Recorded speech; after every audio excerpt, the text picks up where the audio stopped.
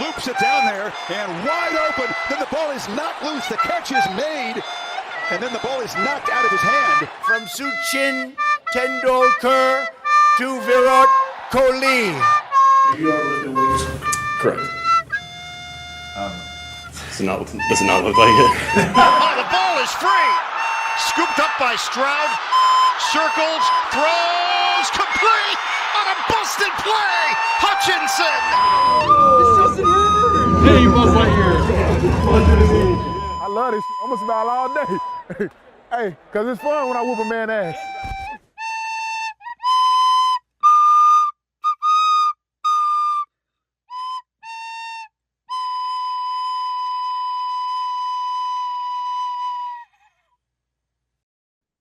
Welcome back to the Bolts podcast. My name is Nick Cates. My pronouns are he and him, and I'm finally getting over it. I am almost over my Rams-related ennui that I have been carrying around for all of last week.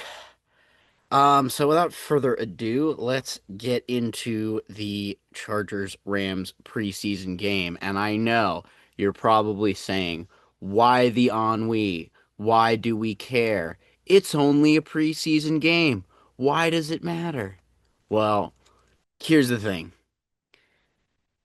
I don't like going to Rams home games. Okay? I'm just not a fan of the vibe. I'm not a fan of the atmosphere. It's definitely lame. For those of you who are well-versed in the lore of English soccer, you'll know that the Rams owner Stan Kroenke, also known as Arsenal, their old ground Highbury used to be called derisively the Highbury Library. Well, whenever I go to Rams games, I'm often reminded of the Highbury Library. It's a really lame atmosphere. And my least favorite part of it is that you got all these people here not cheering, right? And then this guy gets on the PA, and it's not even turned up to 11, it's turned up to 12, right? And he screams, "Whose house?" And I know that this may seem like an innocent piece of game day culture, and maybe I'm a giant cynical asshole for pretending it's anything different, but given that there's two teams that play in SoFi Stadium, this feels like Stan Kroenke, one billionaire, giving a dig to Dean Spanos, another billionaire, for renting the stadium that he plays in, which is the dumbest, pettiest piece of team culture ever. So naturally, during this game, when the Chargers started to do better, right, I am, in my heart, at the end of the day, a Boston sports fan, and so, of course, I'm raising my hands, raising my voice, all over the section, being like, "Whose house? Bolt's house, Bolt's house, Bolt's house," which made the ending suck that much more. So, yeah, I've been getting over that for the past week. But hey, these are the Chargers. This is what I signed up for. Hell yeah. Let's get into the game. The big thing about this game was that our starters played for one series, each side, offense and defense. It was definitely eventful. I'm certainly glad it was one series each because a whole lot of guys started getting injured, which is exactly why you don't play your starters in preseason ever. But it did give me a free extra chance to watch Justin Herbert play football, which I'll never say no to. That's pretty excellent. And he did not disappoint. His stat line of 2 for 5 doesn't really do his performance justice because 2 of those 5 passes were dropped by Quentin Johnston, which, so much for what I was saying last week. We'll get into it, but one of those is a screen pass, so he really shouldn't be dropping a dang screen pass. But Herbert was throwing dots all over the place. He had a great throw to Keandre Lambert-Smith, set up a field goal on the first drive. That was excellent. Quentin Johnston now, after dropping that screen pass, They had him matched up one-on-one on the boundary. He, as he often does, got open. Herbert hit him right in the chest. He dropped the pass, and then what followed, I believe very strongly, made me very angrily. I believe this was a cheap shot. Ram safety about a second and a half after he drops the ball. Cheap shots him. It was a late hit on a defenseless receiver, and it was above the head and neck. I thought that should be 3 separate penalties there. Nothing was called. Nothing was said after it. QJ was motionless on the field, as one would be after getting popped like that. Clearly, the Rams secondary has learned the lesson of Nickel Roby-Coleman, which is as long as you're wearing a Rams uniform, you can smash the shit out of anybody against the rules. Doesn't matter, and nobody will call it. But this was super frustrating. I hope Q's okay. I'm clearly way too Quentin pilled, and I think he's not going to keep dropping passes one day. And that just might be part of my insanity. But yeah, this sucked. That sucked. Kind of wish that didn't happen. Although, again, wouldn't have happened if it wasn't such a dot from Herbert. And dots from Herbert are what we're going to want to see come week 1. So that's good. First team defense, however, did have a bit of a weak first series. They let the Rams drive down the field, led by Stetson Bennett. College football fans, you'll know him as the national championship winning Georgia quarterback. I don't know. He's kind of a little guy. Kind of sucks to have your first team defense picked apart by him, but they honestly just looked a little bit rusty, and I'm willing to chalk it up to that. I think they'll be all right. And besides, we have so many good prospects on defense that the depth looks really good. I'm not concerned. I think that these guys are going to be ready for week 1 as well. At that point, too many injuries had happened. Q had happened. Also, Alohi Gilman on the defense went down, although I think he ended up being okay. I think he's even been practicing this week, so that's all right. But injury scares. I don't care. I don't want to see it. Get the starters out of there, and that's what they did. Taylor Heineke came in to replace Justin Herbert. Yeesh. Taylor did a good job of being a better backup quarterback than Easton Stick, which I don't think was very hard, but at this point, he's definitely looking like a cut candidate. I attended the game with friend of the podcast, Marco, and I kept turning to him and being like, we got to get Heineke out of the game. Get me Trey Lance. Get me Trey Lance. Yeah, I don't think that Taylor Heineke is good enough to be on this team anymore, unfortunately. I don't think he's as good as Trey Lance. I don't even think he's as good as DJ Uiagalelei. So I think I would be very happy to see us run with Herbert, Trey, and DJ as our 3 quarterbacks, because they've all looked great so far in the preseason. However, the defense did some good apologizing for Taylor Heineke. Much better second series, and it ended in a goal line stand, getting the ball back for the offense. So that was huge. Trey Lance eventually came into the game, and things were immediately better on offense. He had a perfect pass at the end of the half to Keandre Lambert-Smith, Mr. K.L. Smith. Down the boundary, perfect contested catch. KLS showing off his amazing contested catch ability. And Trey would have another one later in the game to Trey Harris, which was also amazing. And this is a really encouraging sign, because these are the type of plays that we used to get out of Mike Williams, and we're hoping to potentially get out of him again. So given the unfortunate fact that he has retired, it's good to know that we will be able to get these plays anyway from KLS and from Trey Harris. And both of them had huge games. Trey Harris, 6 catches for 85 yards, and KL Smith had 2 for 66. So really good to see that. And obviously, KLS beginning to develop some chemistry with Justin Herbert is really encouraging. Chargers scored their final touchdown on an amazing punt return from Luke Grimm, another of our undrafted prospects out of Kansas. He's a wide receiver, special teams guy, and in this case, a punt returner. This one happened right in front of us. It was a lot of fun to watch.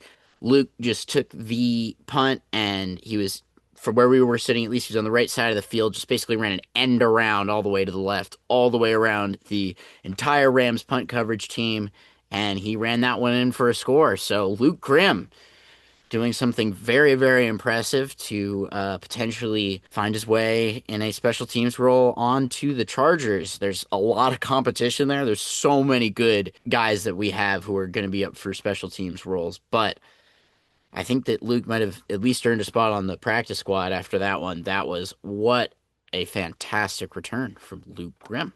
Play of the game on defense, probably, and you got to give Jesse Minter a lot of credit for this one. This was a very mean play call, not a nice thing to do to Stetson Bennett. Jesse dialed up what they call a sim pressure, which is where you make it look like you're rushing 5 or 6 guys, like you're sending a blitz at the quarterback, and then you drop usually somebody unorthodox into coverage, like a defensive end, or in this case, a defensive tackle. So Jesse dialed one of these up, and it ended up working to the great benefit of T-Raw Edwards, another undrafted player, defensive tackle out of Illinois, who had an awesome interception, and defensive tackle interceptions are the best. So much fun. He rumbled and stumbled down the field, and yeah, what a great play from T-Raw Edwards. Another guy making a big time case to try and make the team. Good work there from both T-Raw and of course Jesse Minter. If he can get some more of these well-timed sim pressures in the season, maybe we'll get a defensive tackle interception against Patrick Mahomes. Wouldn't that be totally sick? So, fingers crossed. And after that, it really, really looked like we had the game in the bag. But unfortunately, the defense's first series was bad, and the defense's last series was bad. And we let the Rams back into the game. There was some sloppy coverage across the field, unfortunately, and that let Stetson Bennett take the Rams down the field. They got a lucky Hail Mary. Once they got down into 1st and goal, we just basically let him walk into the end zone, and we couldn't convert a Hail Mary at the end, and we let the rat bastard Rams win. That really sucked. Maybe it was the universe trying to protect me, because I know that if we had won, I would have been screaming, "Whose house? Bolt's house," the whole way out, and somebody might have punched me in the face. So, there's upsides there, but I definitely had to eat some crow, and I hate doing that. So, unfun. Definitely don't like doing that with the Rams either. So, big time bummer. And as much of a fan as I am of Georgia football, I understand why everybody else in college football hated losing to Stetson Bennett. Fuck. He's annoying to lose to. I get it. I'm with you. Understood. So, that stunk.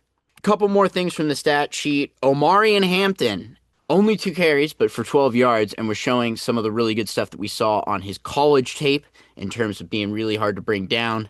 So, great to see that from Omarion, and I'm looking forward to seeing it week 1. And Miles Purchase, RJ Mickens, and Marlo Wax had great games tackling on the stat sheet. Triqueze Bridges had some good tackles too, but unfortunately he also got burned a bunch in coverage. I don't know. I think he still has potential, and might be tough for them to cut their 7th round pick, but we'll see. He's certainly gotten burned a lot in the preseason, so that's unfortunate, but I like Triqueze. I don't know. It might be like QJ. I'm just irrational and insane. I wanted to do a couple of more prospect spotlights. This first one, this is somebody I have been talking about, actually, a fair amount, just in passing, talking about the games, but 6th round pick out of Clemson, safety. He is more of a hard-hitting safety, run support type of safety. In many ways, he's kind of like a junior Derwin. Obviously, as mentioned just before, makes a lot of tackles, hits real hard. Great instincts as well as a ball hawk to pick off passes. He had 7 interceptions at Clemson, and he almost had one this week as well. He's really, really good against the run. He's so fast, and he's obviously able to hit so hard that he's just in on every play. He can be deployed all over the field, kind of like Derwin, because of that. And I mean, he's really, really fast. Like, he can blow up a screen, even, out of motion. He is a really, really fast player. So I'm looking forward to seeing him be a contributor. I think he's going to be a contributor in this defense this year. And RJ Mickens, one to watch. Look out for him. The next one is Jamaree Caldwell. Jamaree Caldwell is the third-round pick of the Chargers out of the University of Oregon, defensive tackle. Regular podcast listeners may remember when I was talking about potential draft picks, I talked with Ariane about a guy from Michigan named Kenneth Grant. Jamaree Caldwell is a similar type of profile there in that he's a very big guy who is very fast. He's been so much fun to watch in this preseason. The most striking thing about Jamaree is you watch him run an outside run play, and as the running back is running out of bounds, you see this gigantic refrigerator of the man running after him, and that's Jamaree Caldwell just because he's so fast. Defensive tackle out of Oregon. He's really strong in run defense. He's really good at stuffing the plays. He's really good at stuffing plays at the line, and he's not easy to move off of his spot. All things that you need at a defensive tackle. He's also able to effectively penetrate the backfield and blow up plays, and he's actually had some really, really good pressures as well in this preseason so far. So that's translating so far at the next level.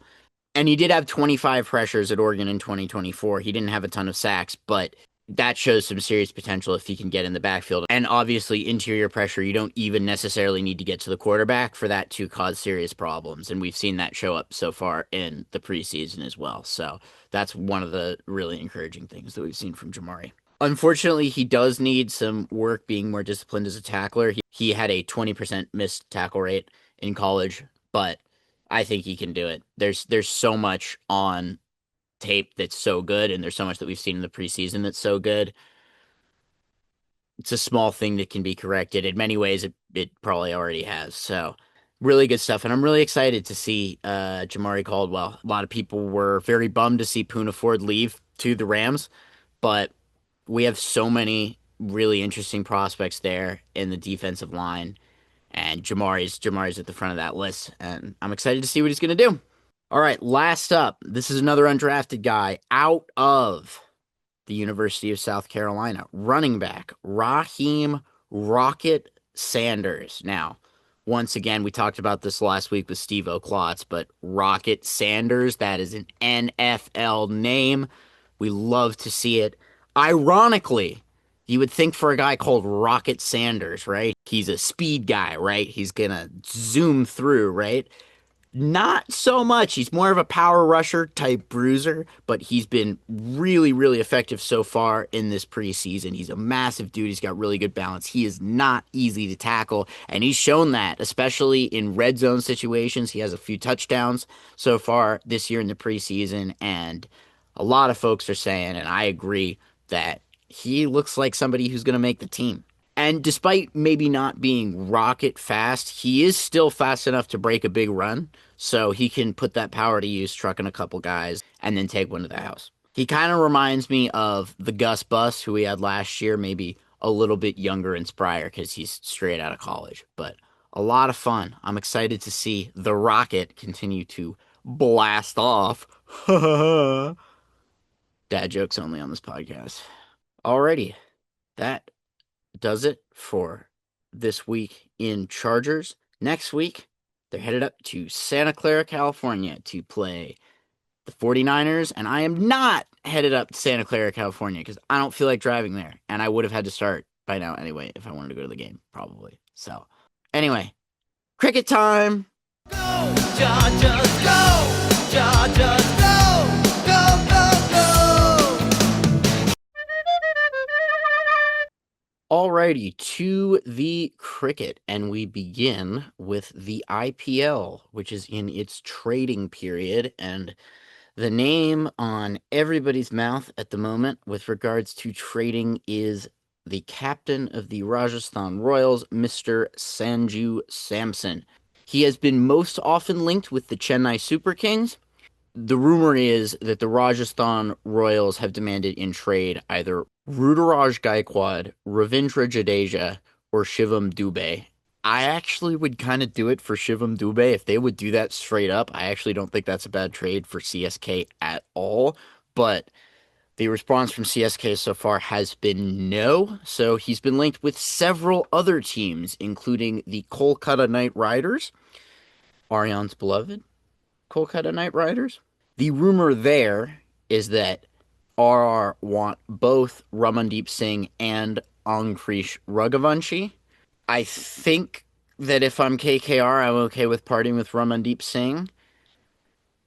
I don't really want to give up Ankrish Raghuvanshi. I think that Aryan would be hoping that the name Venkatesh Iyer is being floated in this conversation, although RR might just be completely uninterested in him at his massive salary level. So we will have to see, but interesting stuff. Sanju has requested to be traded or released, so I'm assuming most likely if they aren't able to work out a trade, he will be available in the auction, which will be quite interesting.